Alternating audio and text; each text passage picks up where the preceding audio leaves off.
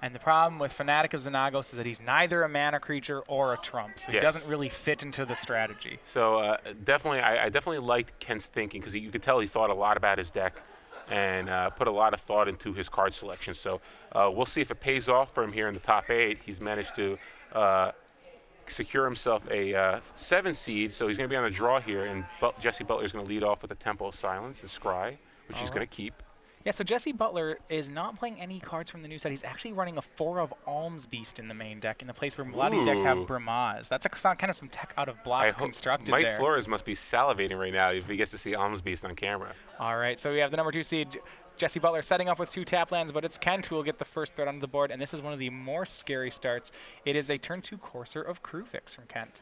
So he does have a Temple on top. Remember, he can't cast it. Shucks. It's not Oracle of Moldiah. He can't ramp with it. So, yeah, Kent's hand's pretty good. He's got 2 Planeswalkers, a Chandra and a Xenagos. And again, he's got a land on top of his deck, and now he's going to see if he's got another land on top that he can play. Yeah, he's got to be thrilled right there. There he is. So card advantage achieved from Courser of Krufix. I got to say, Courser is a lot better than I gave it credit for. Well, the moment you get a card off it, it's a pretty good one. Yeah, so, wow. So pretty good here. Pretty good start here for Kent. He's going to be able to play a Xenagos here, likely. Yeah, well, he gets to pick between Planeswalkers. He actually has Chandra, Pyromaster, and Xenagos, God of Revels. So he'll get to pick the Planeswalker he wants. And you're absolutely right. It's going to be Xenagos. And Kent, now 3 permanents on the board. He has, in this deck of Enablers and Trumps, he's landed his first Trump, and that one is Xenagos. Yeah, so we're going to see probably attack here for 4. Question is, does Jessie have a Hero's Downfall? Well, you'd have to think Jessie had something, right? And it is Hero's Downfall to take care of the Xenagos. But he still takes 4. Yeah, so Jessie's down to 16. Jessie draws a Mutavault for the turn. Looks like he does have an Elspeth in his hand, and here's that Alms Beast. All right, the big wall has been assembled. It's an Alms Beast, a 6/6 for 4. Great efficiency. Does have the inconvenient side that it gives creatures it fights lifelink. Yeah. But I think in a deck like Black-White Midrange, they largely don't care about that. Yeah, and Chandra's actually pretty good against Alms Beast because it can ping it and make it so it can't block. The question is, though, well, in return, Alms Beast is pretty good against Chandra. Yeah, so it's like, what do you do here? Although it looks like Kent does have a Gorkon Rampager. Yeah, so we can go ahead and swing into it. You see another Courser of Krufix hanging out on top of Kent's deck. He's going to make a Forest for the turn. Going to cast Chandra Pyromaster. And I love how much his deck utilizes the top card. He gets to see it. He can, he can play lands with Courser. He can get free spells off Chandra, and this time he's not even guessing what they are. I think he might just attack with everything here and drop him down to 10. I don't think I think he's fine if Alms Beast. If Alms Beast attacks and kills Chandra, that's fine. He's just gonna be able to attack again. He's got Gorkon Rampager and Storm Breath in his hand, so I kind of like him taking an aggressive approach here, especially because he knows Jessie's list. He knows he has to contend with cards like Elspeth. So why not try to put in as much pressure as you can right now? Yeah. Well, the question is whether or not that extra point is worth it. He could leave back a Mystic as a blocker. He could leave back 1 creature. Or 0, how much damage does he lose? And we'll see whether or not he wants all the creatures back or all but 1. Yeah, so he is in your camp. He's going to go ahead for the full 5. That'll put Jessie down to 10. Yeah, I like this play. You bring him down to 10. If Jessie plays another creature, then you play Stormbreath Dragon. You attack in with everything, so you drop him down to 3 on your following turn, and that Rampager should be able to lock things up for you. So I like that play. All right. Because, again, you're not even guaranteed that the Mystic's going to be able to block on your turn. Absolutely. So Alms Beast will take care of Chandra. So Chandra has effectively just removed Alms Beast as a blocker 2 times, and now Jessie will play a second Alms Beast. So this is ideal for Kent. This is exactly what he wants, because now he's going to be able to just cast a Stormbreath Dragon, drop Kent down to... Oh, and he even has a land on top of his deck, which he can play off of the Courser Krufix. So right. So we'll see that. We'll see that start. He gains 1 life, goes up to 20. And now we'll get to see what his next card is. He does have to reveal that. Yeah, so he has to reveal off Coursers. Yeah. And so yeah, he's going to drop Jessie down to 6. And another Courser of Krufix. So perhaps to an embarrassment of riches on the land front. So this is perfect for him. I believe he should have. No, he doesn't actually have enough, because Elspeth could come down here. He can down take Elspeth to kill the Stormbreath Dragon. If Jessie just blocks the both 2-power creatures, then Gorkon Rampager won't be enough for lethal.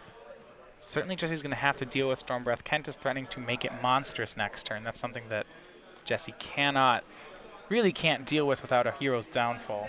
Yeah, I'd imagine. Oh, so it looks like he's just going to pass this turn. Well, that's bait, I would think, for a possible hero's downfall. And Stomping Ground is on top. That if he puts that into play untapped, he can monster Stormbreath Dragon. He's going to do that. Yeah, there's really no reason for him not to. You could just attack with Stormbreath Dragon and force Jessie's hand. Gorklan Rampager waits on the top. We'll see what the play Kent's going to make here. We do know his last draws have been a pair of Courser Crucifixes.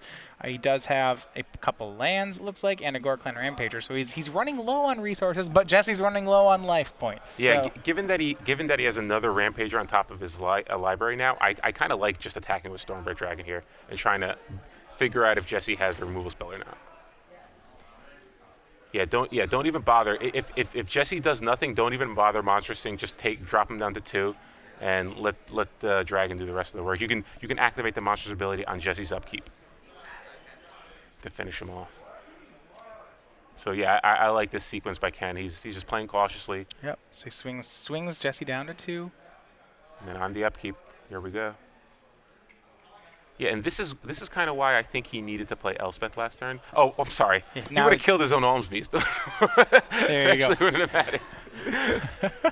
So yeah, he actually game had 1 no shot there. Goes to Ketter in a powerful display, really swinging creatures in the face of many Alms Beasts. Yeah, Alms Beast doesn't work that great when you're trying to down take Elspeth sometimes, but and Alms Beast, interesting. It's one of those cards you think could actually be good against Kent's deck, but Kent just had a really good start. Turn 2 Courser into a Xenagos, into another creature. So he just kind of curved out on Jessie, and Jessie just didn't do anything until turn 4. And then Chandra, he took an aggressive line there, made it unblockable, effectively just turning Chandra into a falter for the turn and plus 1 damage. So but the play of the Chandra was really nice. Yeah, it was an aggressive line, and I really like that play. You can tell Kent kind of knew what he needed to do in order to win that game. So very good play by Kent in game 1. After board here, what are we going to see here? It looks like Jessie's deck, he's got a lot of cards that can come in here. Obviously, the mono black decks, or even the mono black splashing white decks, they have a lot of options. He's got 3 copies of Lifebane Zombie, which again could be good against him. He's got 3 copies of Duress, which probably aren't going to do anything. Yeah. Actually, before we go over the rest of the matchup, though, we're going to bring you back into the booth for a second. So for those of you joining us, I'm Matthias Hunt. This is Osip Levidovic. We do a giveaway during the SCG Opens where we give away 3, then 6, then 12 months of Star City Game Premium during the top 8, top 4, and finals of our events. Tonight we'll just be doing the top 8, but that does mean 3 months of Star City Games Premium. So how do you win this Star City Premium? Well, we're going to ask you a trivia question, and you have to correctly answer the trivia question on Twitter with the hashtag SCG Premium that you see at the bottom of our screen. At the end of all the top 8 matches, a winner will be randomly selected from the correct answers, and that person will receive 3 months of SCG Premium. So the question does have to do with our top 8. Has to do with Kent Ketter's deck. We've been talking about this a lot, so this is going to be an easy one. We're starting off for 3 months. We're wondering what card from Born of the Gods, or what enchantment creature from Born of the Gods is a 4 of in Kent Ketter's main deck. So Kent Ketter playing green-red monsters. We saw some of it last game. If you know the answer to that, please tweet that with hashtag SCG Premium. We'll announce the winner at the end of our matches. And it's going to be a tough one. It's a tough one. Because we've only mentioned it about 50,000 times today. Okay, well, let's get into the match, though. You were saying with mono black, Lifebane Zombie's got to be a go-to card. Yeah, Lifebane Zombie definitely thinks something that he wants to bring in. Doomblade, Ultimate Price, Bile Bright. He just wants to bring in a bunch of removal spells. Beyond that, though, not sure he really cares about bringing in Obsidian, particularly in this matchup, or Dark Betrayals, obviously. And Duress is obviously a card that could be good at dealing with Domri-Rod, but I don't think you can really afford to draw him later in the game. How do you feel about Revoke Existence? It's a card that deals with gods and perhaps some enchantment creatures that could be in Kent's deck. I think it's okay, but again, the real problematic cards for you are Domri, Stormbreath Dragon, Polychronos. Revoke Existence doesn't really deal with those cards. So I think obviously the enchantment creature is something that he can deal with. The god is the thing. God is something that's great, but there's really only 1 Xenagos in his deck. So I don't think it's worth boarding it in. There's too many times where the card could be dead, and I just don't think you can afford to draw dead cards in this matchup, given how much pressure Kent kind of puts on you. So So these black removal decks certainly have, in the past, been difficult matchups for green-red. Obviously, that game did not seem too difficult at all. But one of the things is it does get worse for sideboard after sideboarding. We look at Kent's sideboard. The cards would gravitate to normally is Rurik Thar the Unbowed. He at least makes Jessie pay a price if he wants to remove Kent's creatures.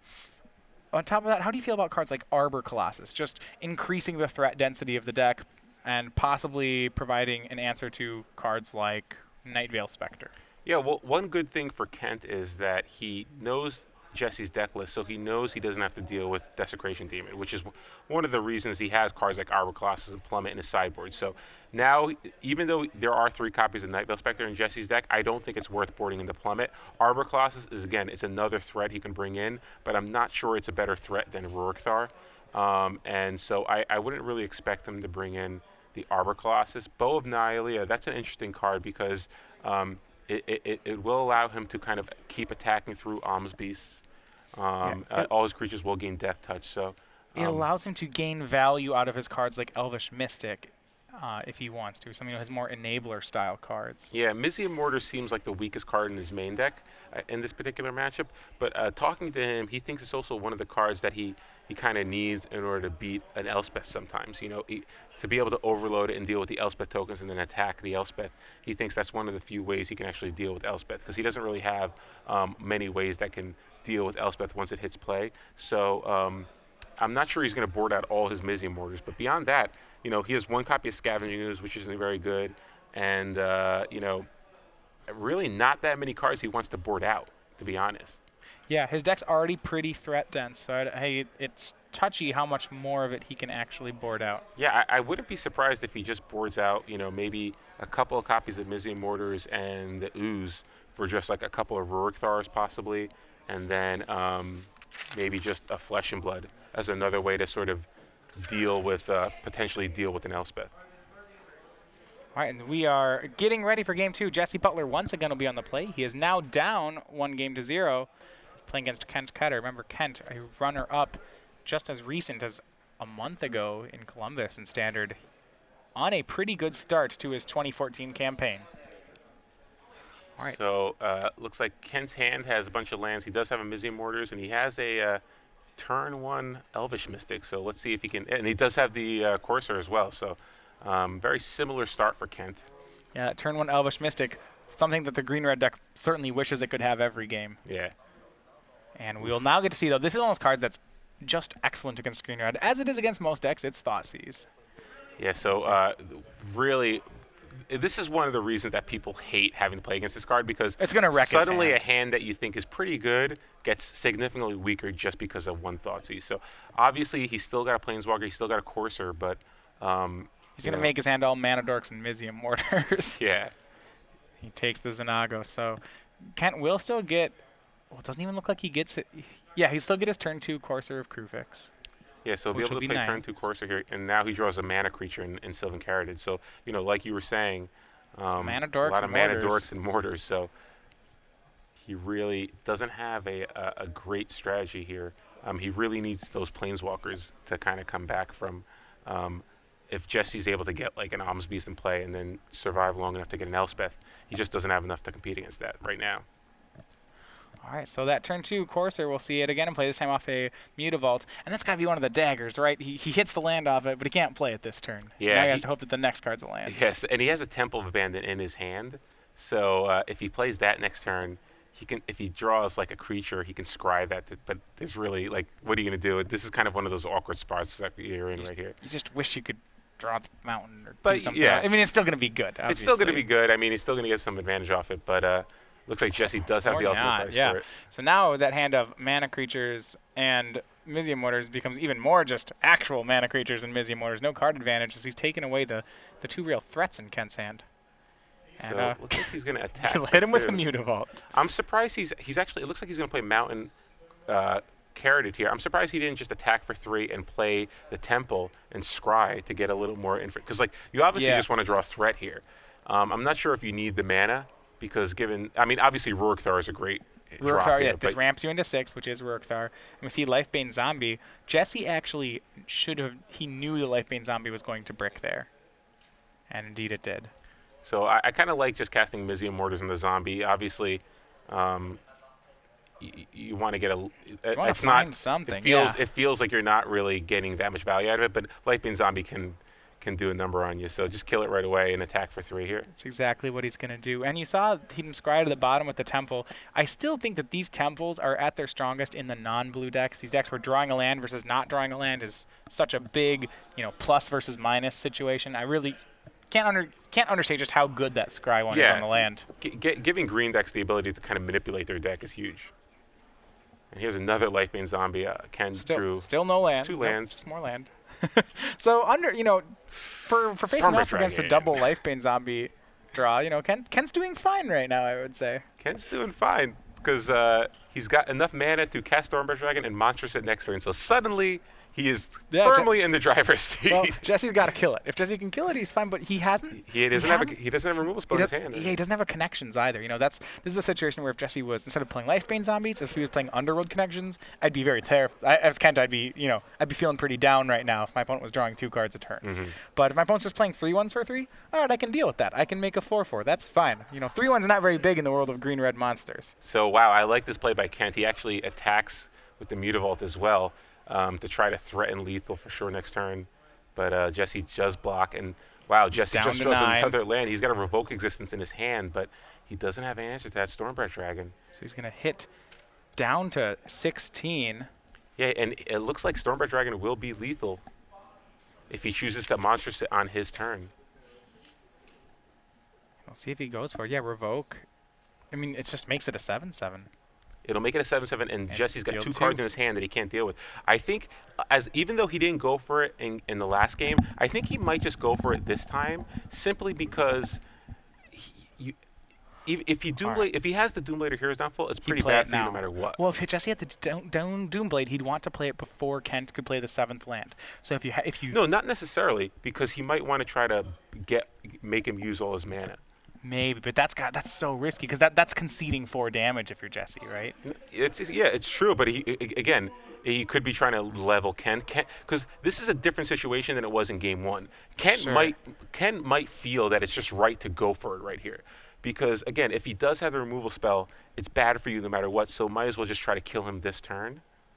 So I don't think it's necessarily that bad for Kent to just go for it. No, I'd absolutely go for it. What I'd say is because Jesse didn't Doomblade on Jesse's own turn, if I'm Kent, I'm thinking the Doomblade's not there. I agree with you. It's definitely one of those things where you kind of feel like he probably doesn't have it. Well, he'll just play a 2nd dragon instead.